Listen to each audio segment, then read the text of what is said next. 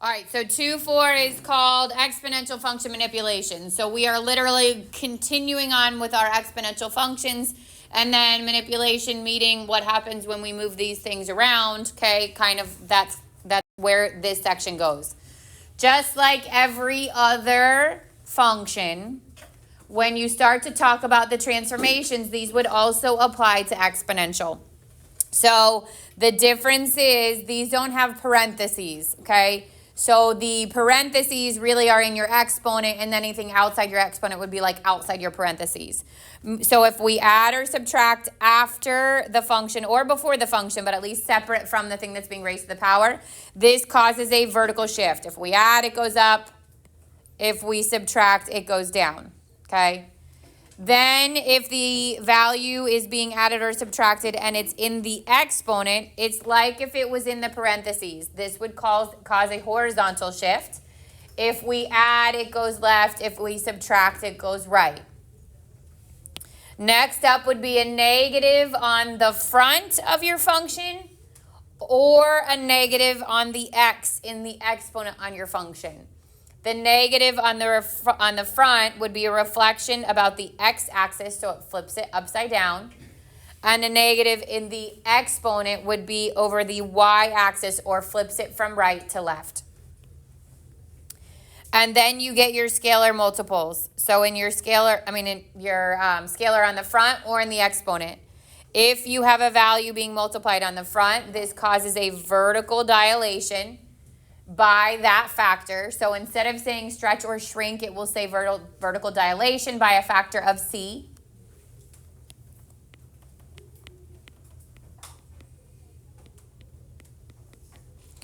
And if that value is being multiplied in the exponent on that x, then it would be a horizontal dilation, okay? And it would be a horizontal dilation by a factor of 1 over c. So everything is exactly the same as all the other transformations of all the other functions.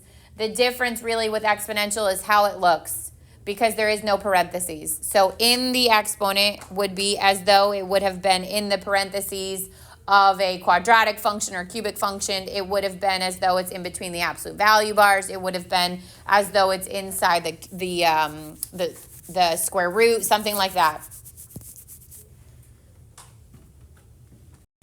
So as a refresher on some exponential properties, okay, if I have a negative in my exponent, it's the same as shifting that term to the denominator. It moves it. So if I had x to the negative 2, this is the same thing as 1 over x squared. And if the negative was in the bottom, if it was 1 over x to the negative 2, then that would bring it to the top. So the negative on your exponent moves it from the numerator to the denominator.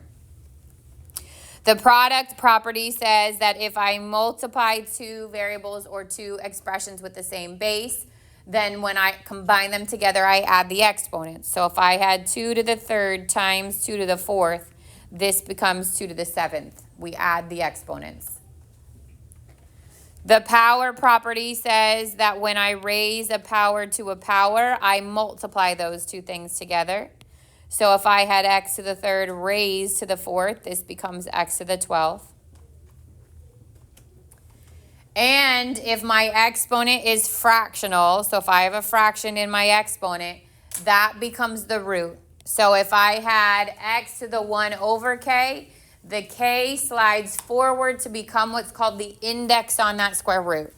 So for example, if I had x to the 1/2, this is the same thing as the square root of x. If I had x to the 1/3, this is the same thing as the cube root of x. So the bottom of the fraction becomes the index on your root.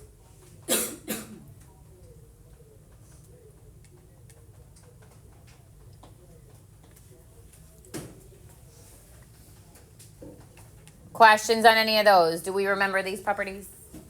Yes? Okay, so now obviously we apply them. If your exponent, okay, ends up with a plus or minus in it, so if I had x plus or minus something, it's going to cause a horizontal translation. And sometimes it's obvious and it's from the beginning. So if it literally said b to the x plus, let's just say x plus 2, okay? There is technically two ways to look at this. One, this should be a b. There shouldn't be two x's, sorry. B to the x plus 2. That is a horizontal translation to the left 2 places. That is one way to look at it. But that is the equivalent of b to the x times b to the second. Because this, when brought together, when combined, gives me that addition statement. Which means this example, 3 to the x plus 2, can be of an exponential function with a shift left 2 places. But that can also be broken apart to be 3 to the x times 3 squared, which can also be written as 9 times 3 to the x. And when written in this format, what's the translation?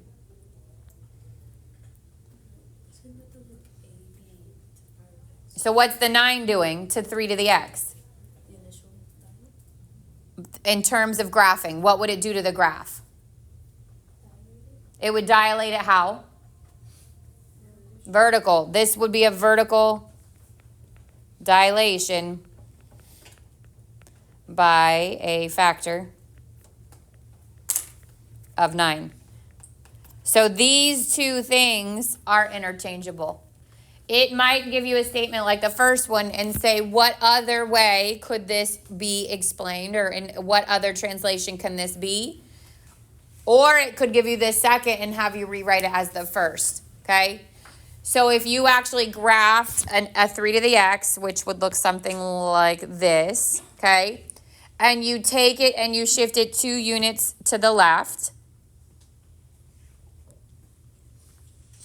it would look the same as if you grabbed onto this arrow at the top and pulled it vertically, stretching it by a factor of 9.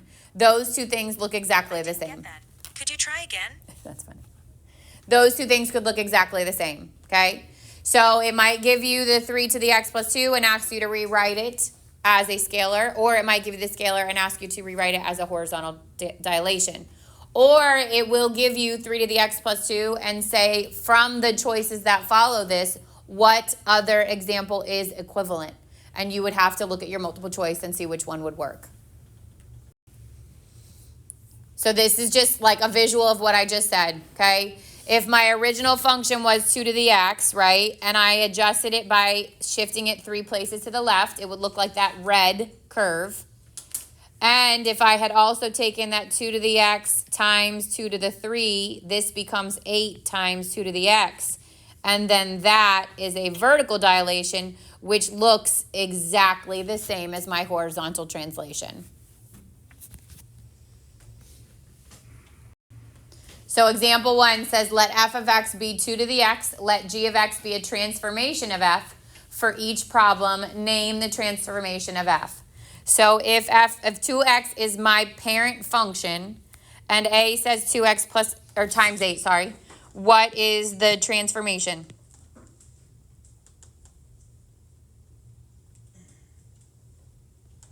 What happens when you multiply something by 8?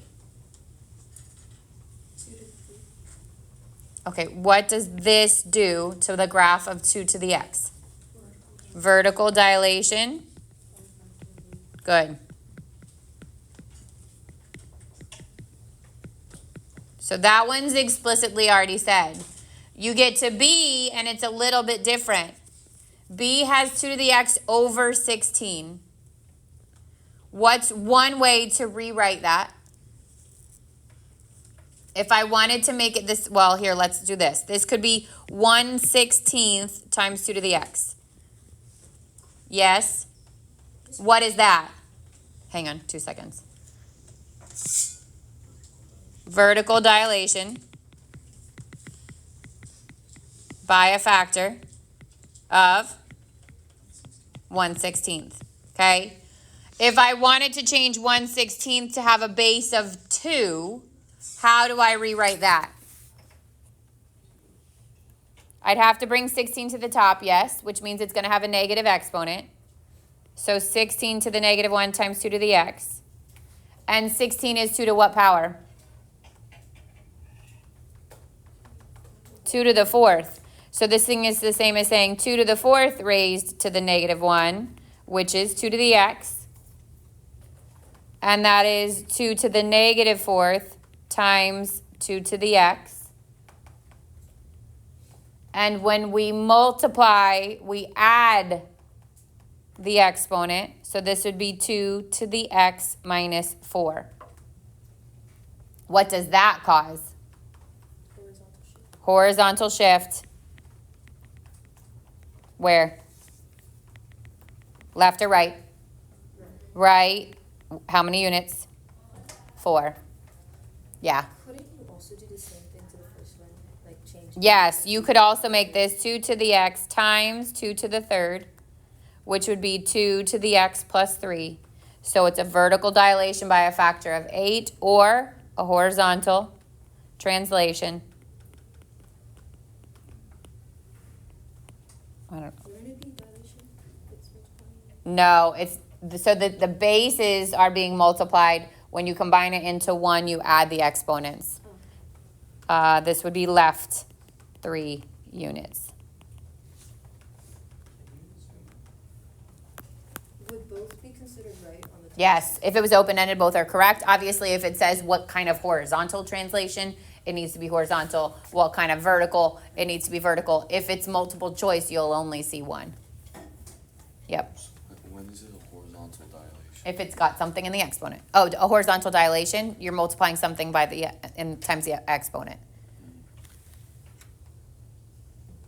Rolina. If it's for response, we have to put all of them. If it says give all, then yes. If it just says 1, you only need 1. I haven't even gotten that far as test goes. But yeah. Okay, so then C says g of x equals f of x over 4. So instead of it giving you the 2 to the x, it's saying take your f of x, which is 2 to the x, replace f of x with it. So 2 to the x over 4. Now think of the 2 ways that we can adjust this. Give me one way. Make the 4 2 to the 2. Okay, I could do 2 to the x over 2 squared. And do 2 is x minus 2. Bring this to the top. It'd be 2 to the negative 2. Oh, you're doing x minus the same thing. Times 2 to the x or 2 to the x minus 2, which causes what kind of translation? Horizontal. Which direction? Right. 2 units. Now I could also take this 2 to the negative 2 times 2 to the x, and I can make 2 to the negative 2 what? No, don't, without, so now make it a vertical translation. We did it horizontal. I could have done it from here too, right? This is the same thing as 1/4. That's the same thing as 1/4. And if it said 1/4 times 2 to the x, what kind of transformation is that? Good. Vertical dilation factor of 1/4.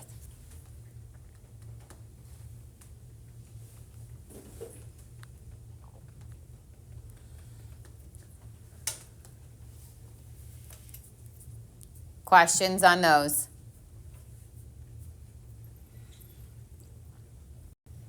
All right, now let's talk about that horizontal dilation. So we did vertical dilation, horizontal translation. Now let's look at what would cause a horizontal dilation. We said horizontal dilation comes from multiplying something in the exponent. So if I had a base raised to a number times your x, then that is a horizontal dilation by a factor of the reciprocal. That's one way to look at it. But it also can be separated out. That is something that was raised to a power raised to a power. So b to the cx can be written as b to the c raised to the x. And then b to the c will actually give you a value. And you can replace that changing the base of your function. So if I did that with the one that's here, this is 3 to the 2x. So as it stands, 3 to the 2x would cause what kind of translation on a 3 to the x? If I don't manipulate it and I keep it that way, what's the 2 doing in the exponent?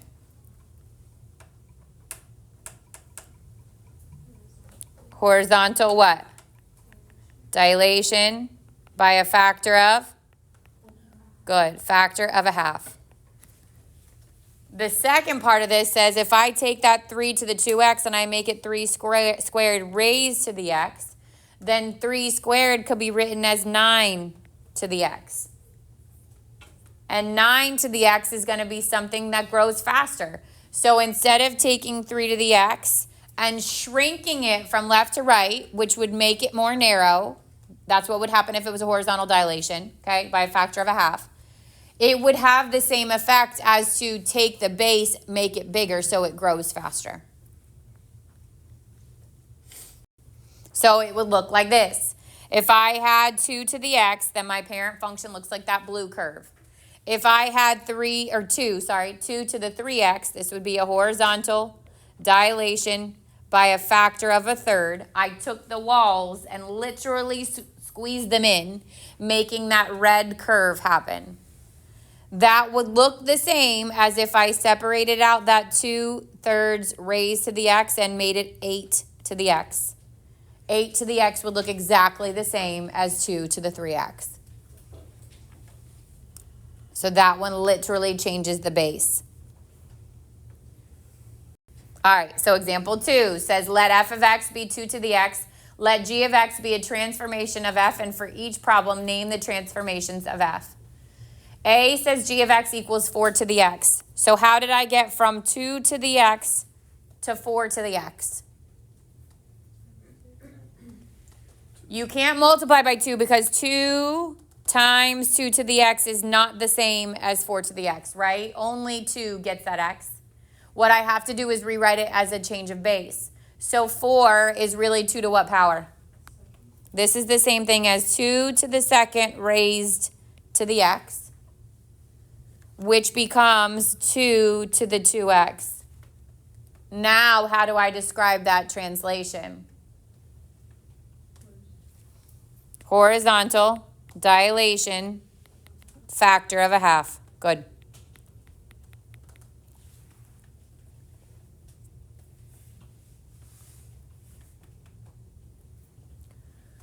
B says f of x to the -3. So I'm going to take 2 to the x inside my parentheses and raise it to the -3. I can, one way to do this, multiply that out. So it'd be 2 to the -3. And then what are my translations? What's the negative do? Flips it in what direction? Flexion over the x-axis. And what's the 3 do? Horizontal by 1/3. Horizontal dilation, factor of a third.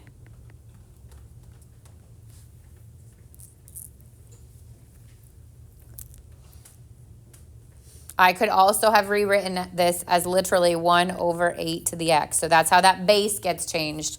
This one could have been written, well, it was already written as 4 to the x. That one was already written that way.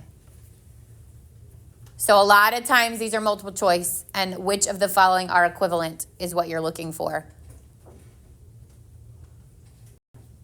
All right, example 3 says evaluate the function at the given input values. So we are simply plugging in for our x here.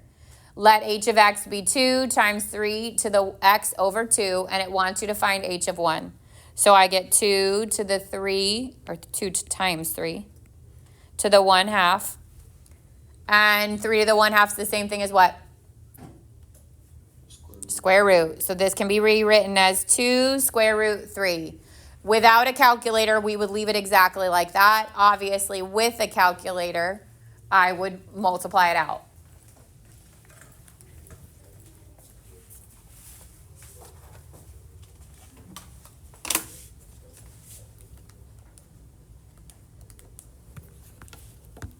$3.464 would be the equivalent of that if I had a calculator. I go to B. Now h is 2. So I get 4 times 4 to the 2/5. Now I've got a fractional exponent. So we said something like a half is really a square root, a third is really a cube root. If my exponent has a numerator and a denominator other than 1, then the bottom number in my exponent, so the denominator becomes the index, the 5 would slide to the front, the 4 stays underneath, and then you can either square it on the outside or you could rewrite this as 4 squared like that. And I could rewrite that as the 5th root of 16. So all 3 of these would be fine if it was open-ended. Obviously, if it's multiple choice, you'd have to be able to pick between those 3.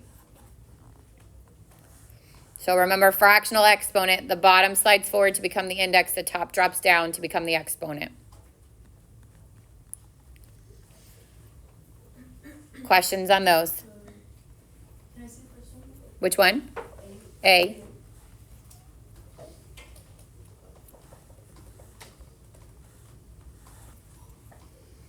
All right, switch to 2.5. We're just going to do the beginning, the exponential function, okay? The regression models that you pretty much already have done. We just answer a couple more questions on them, and then we'll build on it tomorrow.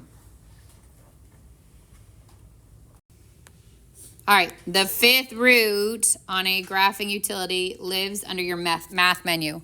So if I go to the math menu, number 5 allows you to change the root. So I go to 5, I hit enter, and it gives me the little spot to put the value in the index in, so the 5 goes there. I could do 16 under here. That's the 5th root of 16, and I can multiply it times 4, and I get 6.964.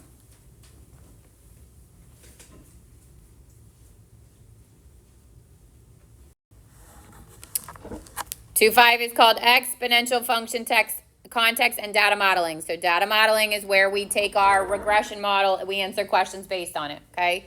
We're going to focus in on exponential functions. So the first thing is just what an exponential function looks like. So we talked about it a lot in terms of geometric, okay? But we also talked about it in terms of exponential. Your exponential is f of x equals a, b times, or b to the x. Your a in this case is a0. So if I am getting a function from data and I want to know my initial value, that is your a0 value, okay? So if I have a chart, because you're going to get given in a lot of different ways. One is in a chart format like this.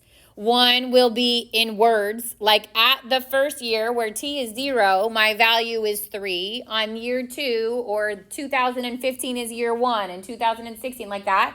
And my data is 6. This is a lot of things like bacterial growth or population or things that grow exponentially, okay? So it could also be in words. If it asks you to build your model, then you want to find your initial term, which is your A0, and you want to find your rate. So if I look at this, B is my rate. First of all, look at your X values. Are they increasing in the same pattern? Yes, they're going by ones, which means if I want to see what my R is, in this case it's B, but R and B are the same thing. I do 6 divided by 3, 12 divided by 6, 24 divided by 12, or 48 divided by 24. And in each of those cases, I get what? 2. So B, which is, again, same thing as R. B, R, same thing. This is 2. So if I want to build this model, I would say f of x equals my A0, which is 3, times my R, which is 2, raised to the x. Sometimes you won't be given your A0 term, and that's where you can use this. So if I wasn't given this, for example, and I was only given the x is 1 and the f of x is 6, then I can actually plug this in as my A, this in as my f of x or my y, and the r as my 2. And then I can work, no, I wouldn't even need to plug in A. Sorry, I'm trying to find A. I could plug it in that way. So just like we did A with the bigger base on the left, the smaller base on the right, and then R raised to the power, it's a manipulation like that. I would say 6 equals, my 3 is what I don't know, for example, and then the R is 2, and my X is my input, which is 1.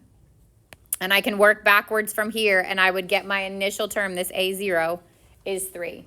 So if I wasn't given A0, but it tells you you need your function to be with a0, then you plug in your input value is your x, which would be the exponent.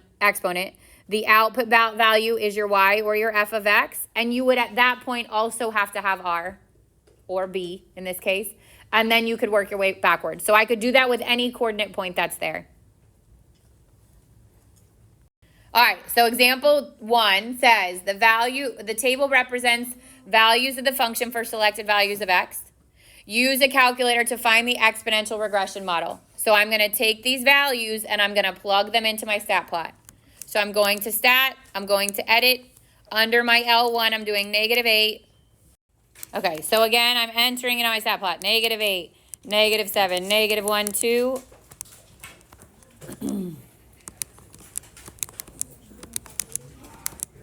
And then your Y's, 30, 40, 158, and 280.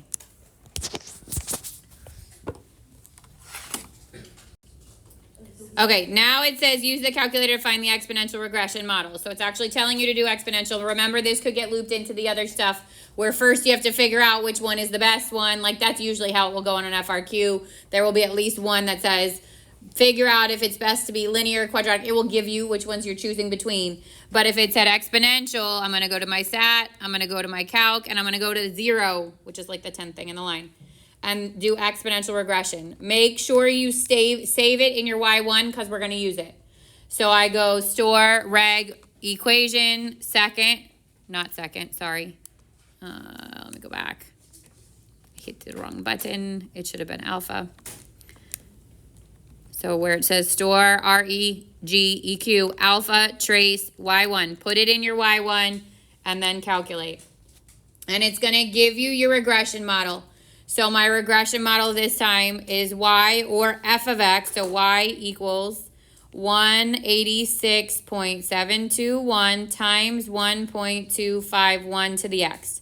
Or f of x equals 186.721, 1.251 to the x. That's my model, okay?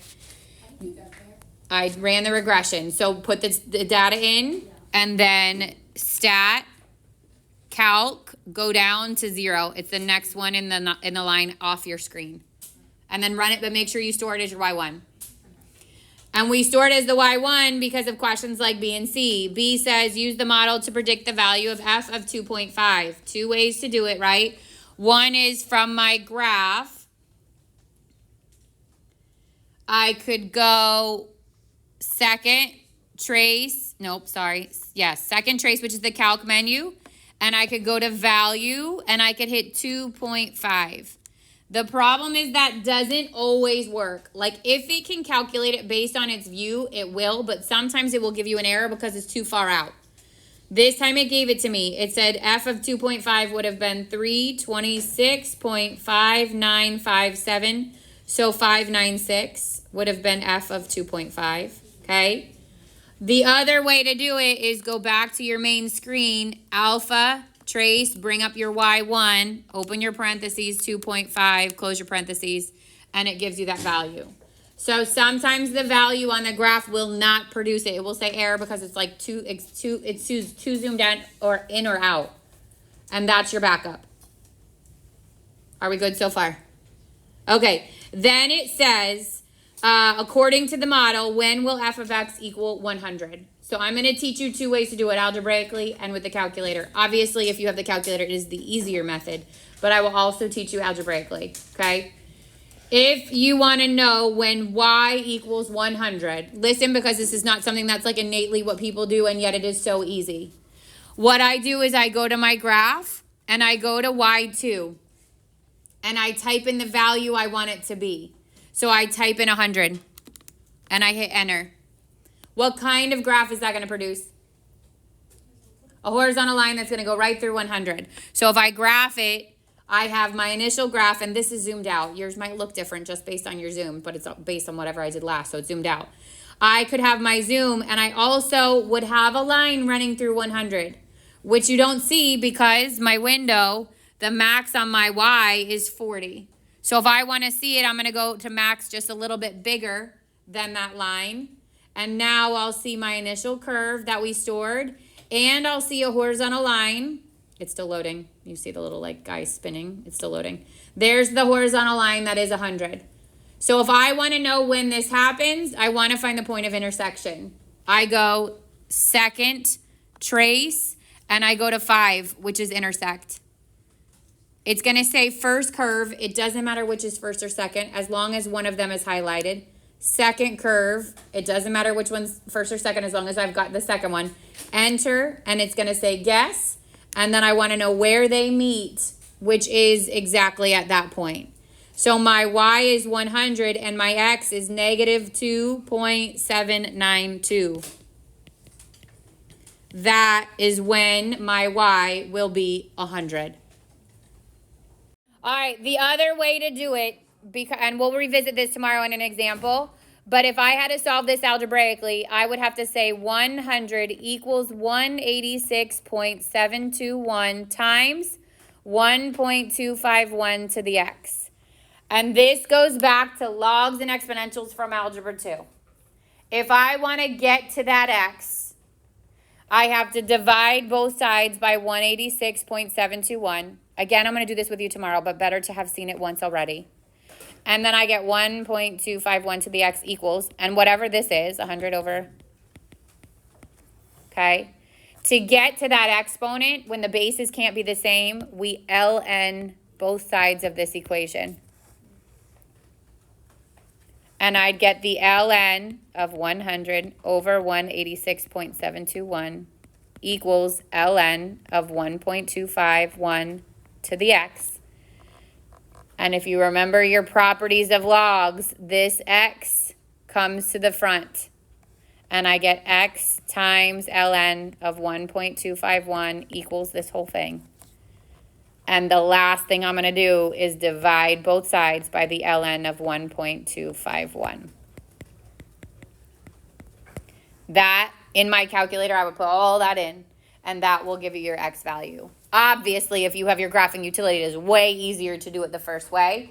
But there are going to be times, and you'll see it tomorrow, when we get a base of e and you have to ln. Again, I'll review it with you tomorrow, okay? But make sure you also understand that process. So tonight's homework is up until 2.4. If you want to start on the exponential regression on 2.5, there's a couple of questions on that you could actually do. But so you don't have that homework for tomorrow is Halloween. So if you want to lighten your load, you certainly can, okay? But tonight you have to do the 2.4.